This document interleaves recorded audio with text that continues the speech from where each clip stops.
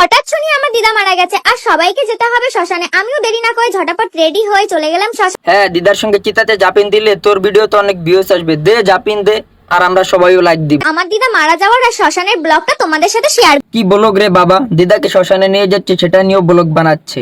সুটিয়ে লাল করে দেবো, নোংরামি বার করে দেবো। আমার দিদা আমাকে ছেড়ে চলে গেছে এই দুনিয়া ছেড়ে পুরোটা, আর কখনো দিদা চাইলেও ফিরে আসতে পারবে না। তোর দিদা ফিরে আসতে চায়, আর তোর দিদা তোদের ভগবানের কাছে এটাই চাচ্ছে।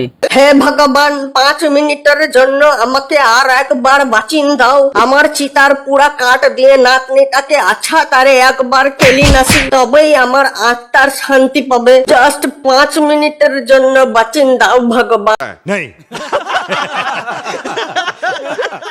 ফাইনালি আমি শ্মশানে চলে এলাম, আর সবার মাঝখানে ভিডিও করতে কেমন একটা লাগে বোঝোই তো তোমরা। তোদের আবার কিসের লজ্জা? লজ্জা তো তোদের দেখে লজ্জা পাবে। নিজের দিদা শ্মশানে নিয়ে যাওয়ার ব্লগটা বানালি, নিজের বাবার বিয়ের ব্লগটা বানাতি। ও না না, সে সময় তো তোরা পয়দাই হসনি, না হলে ঠিকই বানাতি।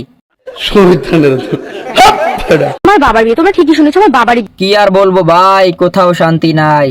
আহারে, চোখের পানিতে বুকটা বাইসা যায়।